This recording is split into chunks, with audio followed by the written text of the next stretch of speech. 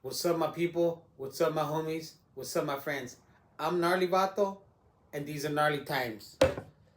Well, today I want to talk about drinking and drugs. Well, at least my experience and where a lot of it got me. Well, I want well, at least the last, I don't know, 15 years, ever since, uh, I guess, I think now that I'm sober, I kind of think about if I drank, because a lot of people around me were dying, right?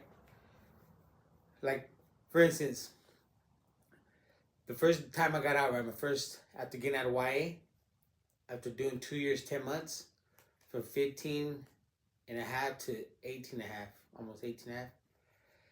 Well, I get out, I'm on monitor 90 days, and my grandpa died on February, right? I was getting off the monitor in February. November 3rd, I got out, I'm 97, and I was supposed to get off the monitor February 3rd of 98. Well, the couple days, the weekend before I was supposed to get off, my grandpa ended up dying. My mom's dad had a stroke or something.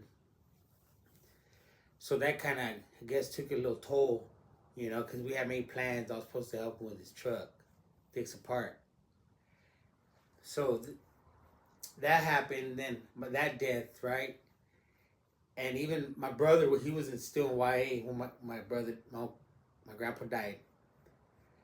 So I always trip out on how that affected him. That's why he did his thing.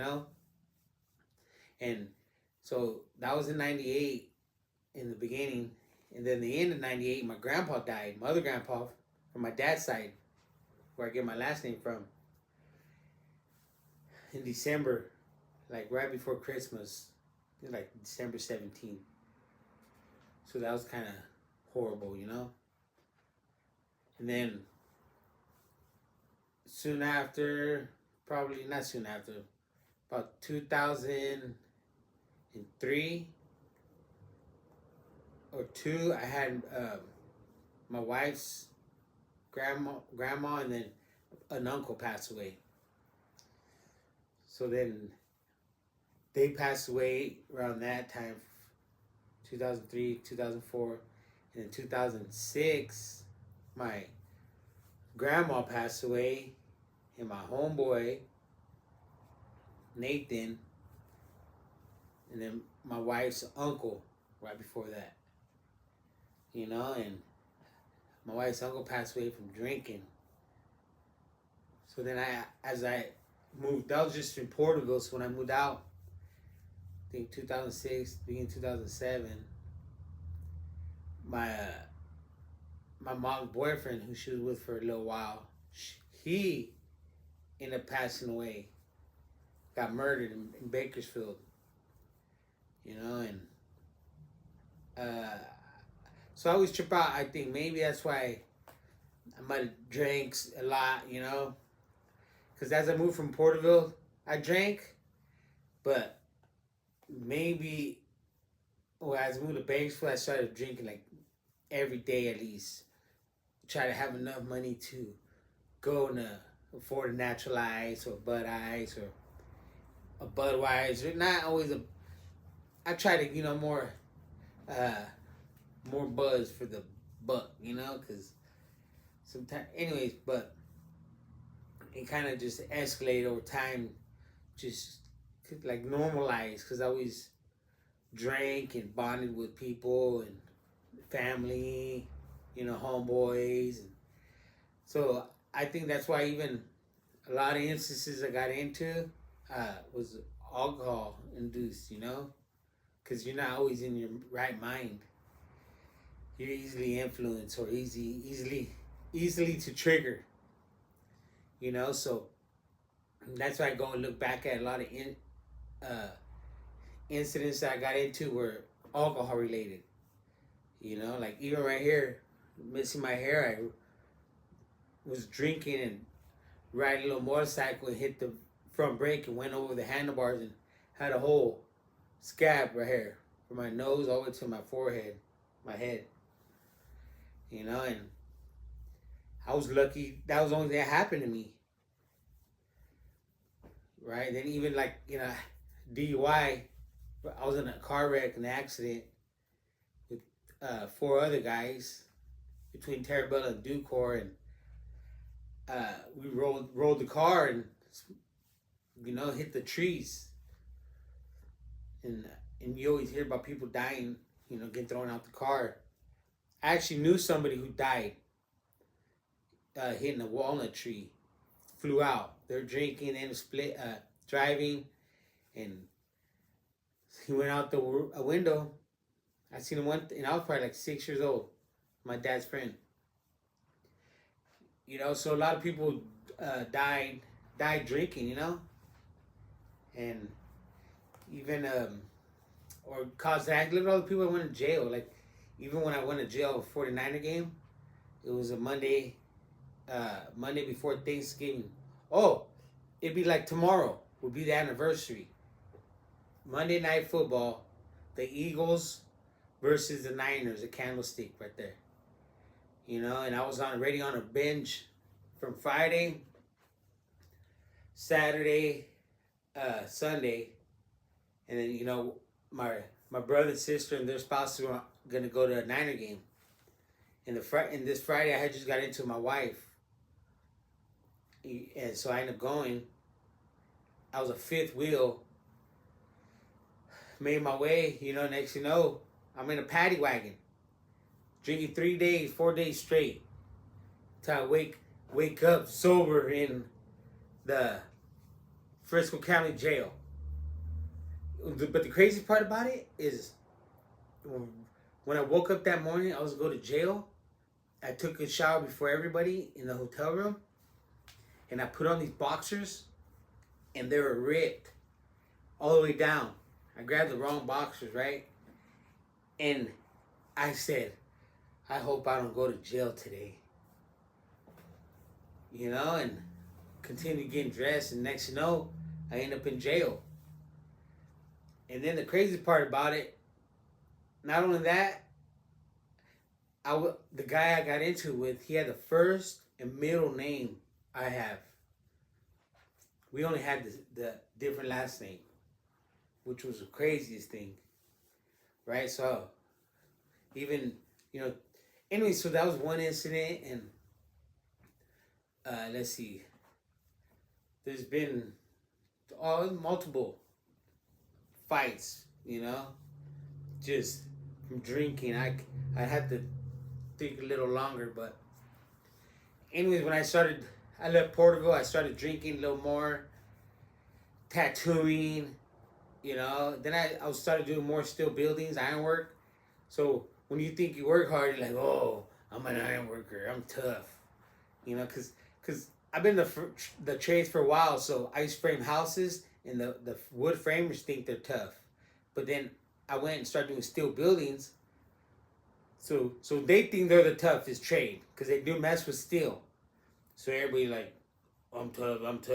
Like, relax, bro. It's just a job.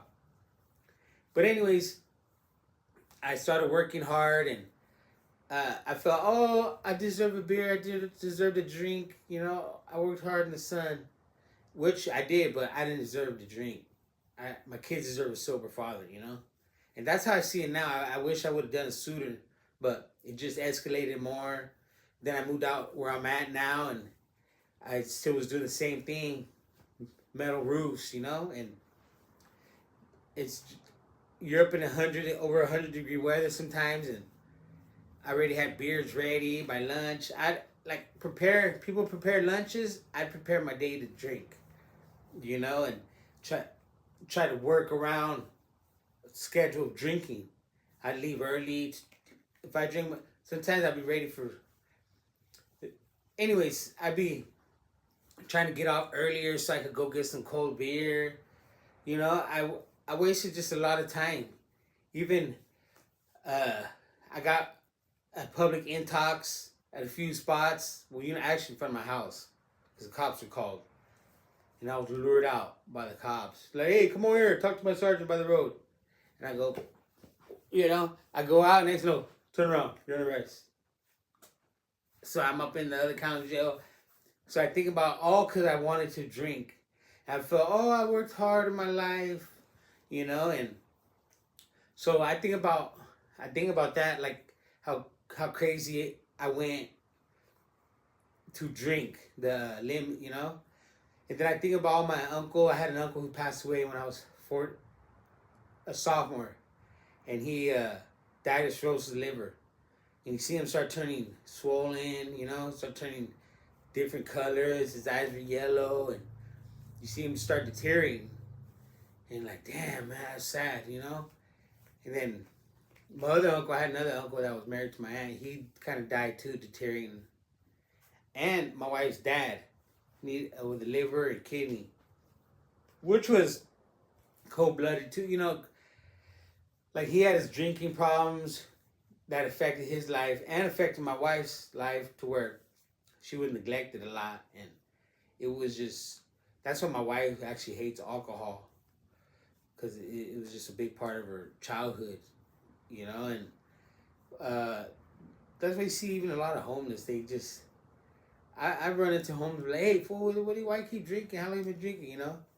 Once I get to talking to him, I kind of give him like a little, where your family at? What you been doing with your life? Why you wasting it all for the alcohol? How old's your kid? It's like, cause sometimes I wish someone would have told me sooner, but probably because the way I am, with my character, that people are just scared to try to, hey man, maybe it'd be nice if you got sober for your family, but Mexicans, we're real prideful and we think we know everything, and we're tough and we can handle the machismo and shit. And it's like, bro, relax. They told you to, if you don't keep moving, you keep working, they're going to chop your toe off. Like my grandpa, they told him, hey, calm down. You got gangrene. If you don't slow down, they chop on one toe, then they end up chopping his kneecap. Then I kind of find out later on that he drank a lot, which I kind of remember because he always had a beer in his hand. So I think that kind of comes through the family, like tradition, which I don't want no part of it anymore. Like I said, a good tradition leave the bad. But anyways, as I get clarity in my mind with from alcohol, I think about all the other guys that, like, we're easily manipulated under the influence, and easily, even emotionally, you triggered. That's why sometimes you gotta, like now, there's an anniversary coming up where my homeboy's been gone, going on 18 years, if I'm right. And, I think like, man, I drank a lot of times to forget about it, sad, or whatever it is, So now I remember him. And a lot of many things, and I still trip out, how far I came in life when I've been in a lot of situations, gang related, I've been the victim and the victimizer,